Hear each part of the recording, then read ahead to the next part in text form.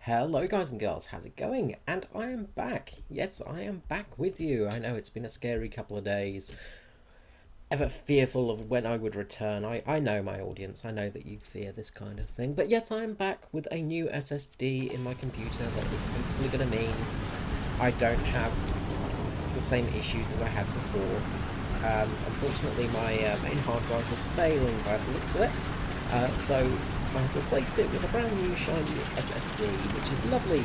Oh boy, you do notice the difference when you switch to an SSD. I got a 240GB card, and it might not be as big as my terabyte hard drive, 1.5 TB hard drive, but boy, oh boy, does it speed up the whole process of the operating system loading. It's just amazing. Jaw-droppingly fast, in fact. So yeah, that's really cool. Anyway, I'm not here to ramble on about stuff like that. I'm here today to talk about the proposed repair changes. Yes, in my absence, there's been a development blog released stating that they're going to be looking at changing the repair cost, well, the repair mechanism. And the main thing is they're going to make it less punishing for people without parts, which is brilliant. In my opinion, this is what we needed. This is a fantastic change, and it is something that they should have done earlier on in the game life cycle. So, the proposed changes are that when a vehicle's being disabled, when part of it's been critically damaged and turns black or is disabled, it will be unable to use that part for around about 20 seconds or so. And then afterwards, it will be able to use it at sort of reduced ability. So for instance, if your engine gets disabled, your vehicle won't be able to move for 20 seconds. Then 40% of its original functionality will be restored. So you'll be able to go at half, or just under half speed. That's great. Same thing for the gearbox. So with the gearbox, for instance, you will have less gears and they won't work as well, and things will be clunky and not really running all that well. So again, something that's really quite cool, and it's really going to help out with the gameplay, in my opinion. One of the big problems with the way it currently works is stock vehicles are incredibly hard and not very user-friendly. They're not very easy to use, and they're not fun. When you're grinding a stock vehicle, it's just infuriating, and this is really noticeable on ships. When you're using things like cruisers. It's a bush. Oh, it's a bush. It's been a while since I've played, so do forgive me, I am a little bit crap at this still. More so than normal, in fact. I'm still getting the system back up to proper operating speeds and all that junk. So, but anyway, one of the problems, say, with a cruiser is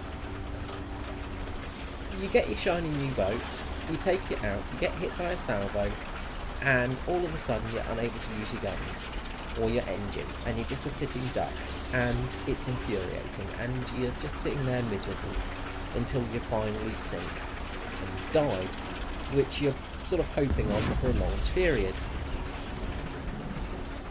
So, got somebody up here. We've got a Lorraine 40T. That might be slightly problematic for us. Let's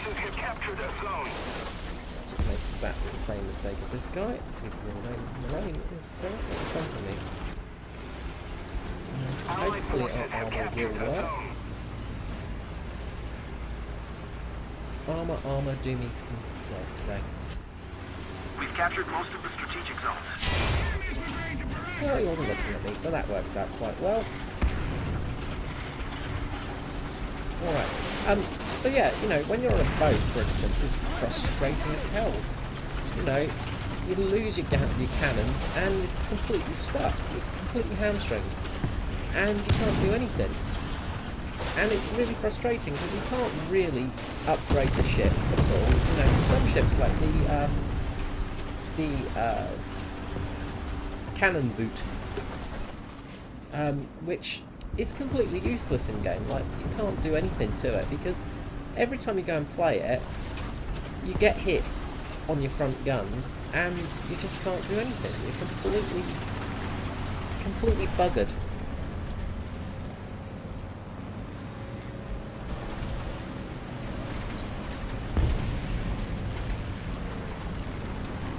I think we're going to get nuked by a plane in a second now. Our victory is near.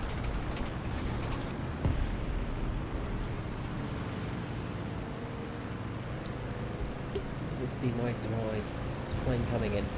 So yeah, it's a really good idea. There is some concern with the way the cannons are working, however. Things like cannon barrels, when they get taken out, they still can be used at a reduction. So about 40% reduction. No, that was too low. So you have 40% more dispersion and around about, I think it's what? 2 times less armor penetration. Most of the strategic zones are captured. It's too high. Okay, let's go for this.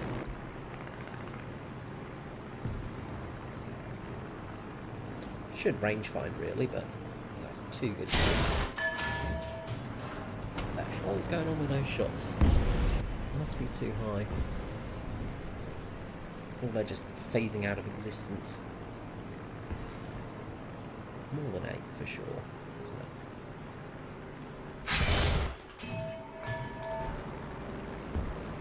No, I'm going too high on this, I reckon.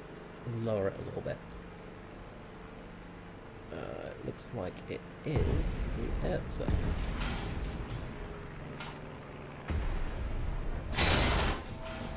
There we go, that's better. We did no damage, but at least we actually hit it this time.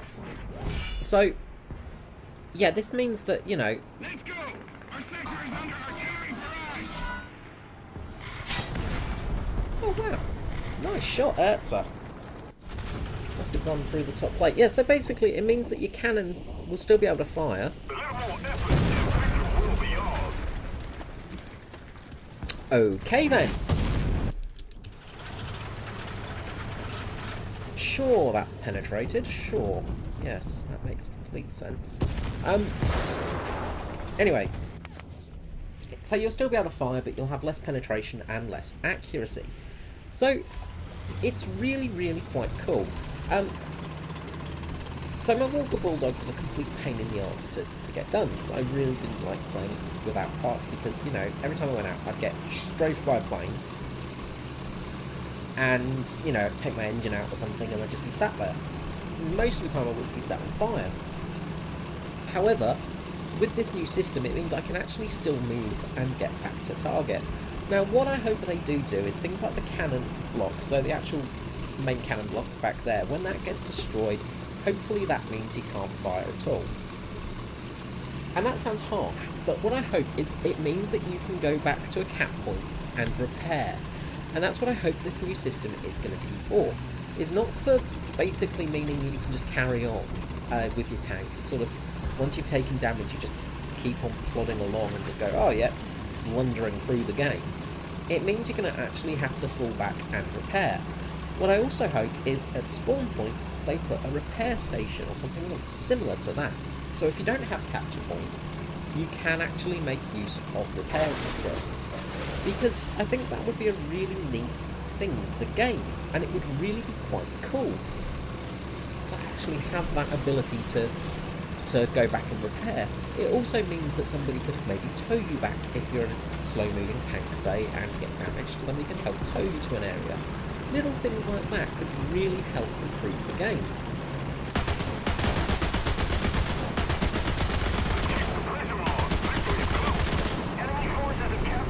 So, in my opinion, this is a really positive change. Now, one thing I would like to see is the inclusion of a one-time use fire prevention kit. It's having the ability to put out fires in your tank at least once, say, in any battle. And you can't use it again for the rest of the battle if you don't have fire prevention unlocked. However, if you do, get free charges, say, or even better, you know, you still get 2 charges. However, you can use them on friendly targets as well, say. You know, allow friendlies to actually be able to put the fire out. But have fire prevention rechargeable. Allow people to actually recharge it, not have it as a thing that can't be recharged and replenished. And you could put a pretty high tax on it, say. You could put a pretty high tax and premium on it, say. Make it so it's not easy to replenish and it takes a bit of time. Say maybe 2 minutes in a cap circle to recharge it. But you can actually recharge it. Are you actually a player? There you are. God for that, I had a heart attack then. So you can replenish it, and you can use it on friendlies. And that would hopefully encourage some team play and make it a little bit better in that respect, make people a little bit more friendly, make people actually work as a team. You know, cool things like that. It could be a really neat option and part of the game to help improve things.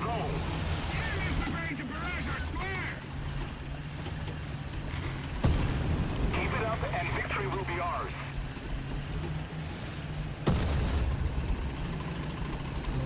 Artillery.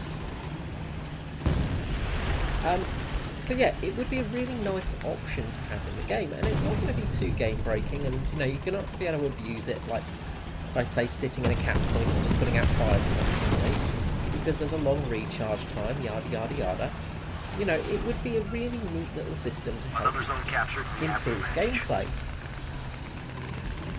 And actually having it as a stock item could be quite cool, because again, you know, you're not going to have that issue of basically being crap from the start. You're still going to have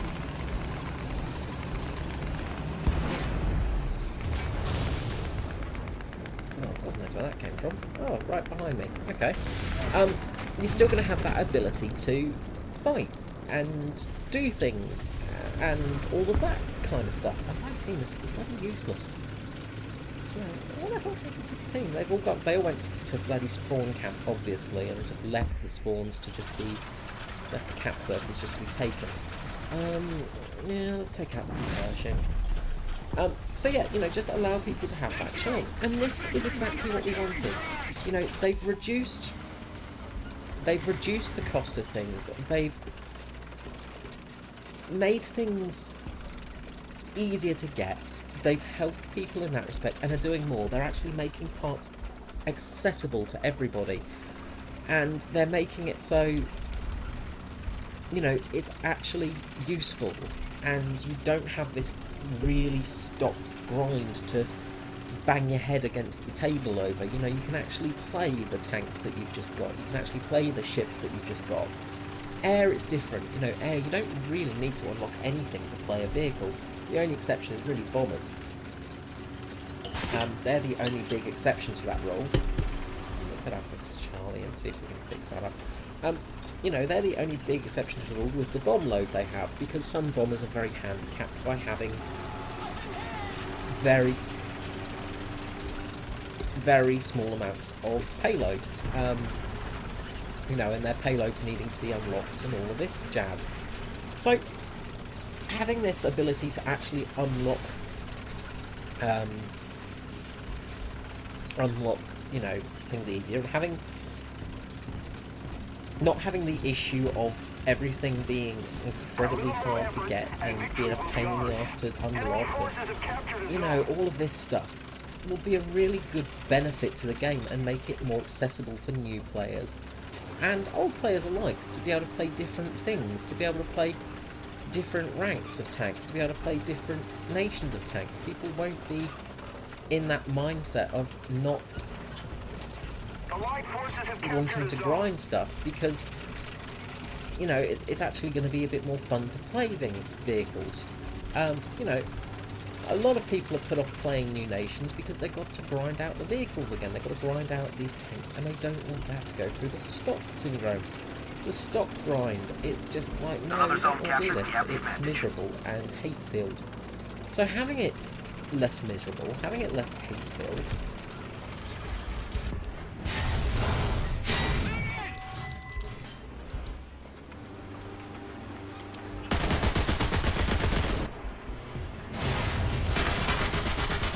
is going to really help players out.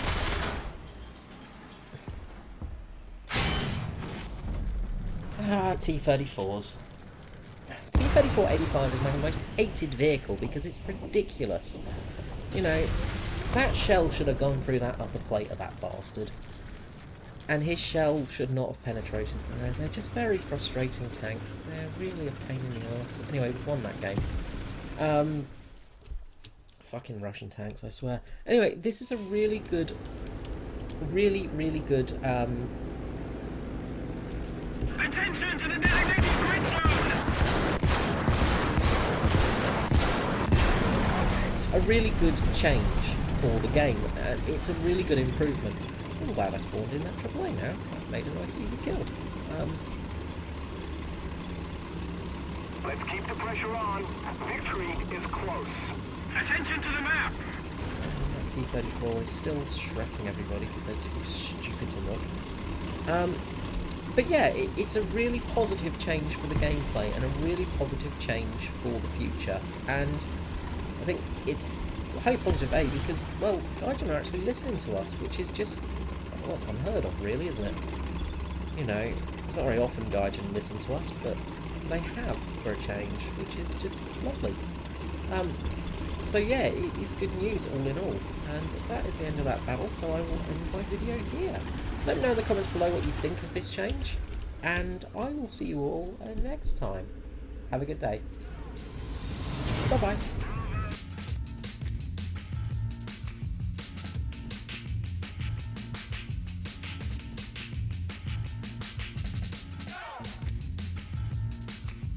Does. This guy's coming in for a head-on.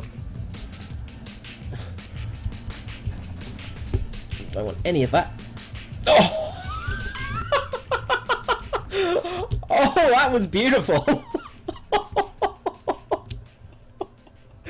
Holy crap, that was hilarious.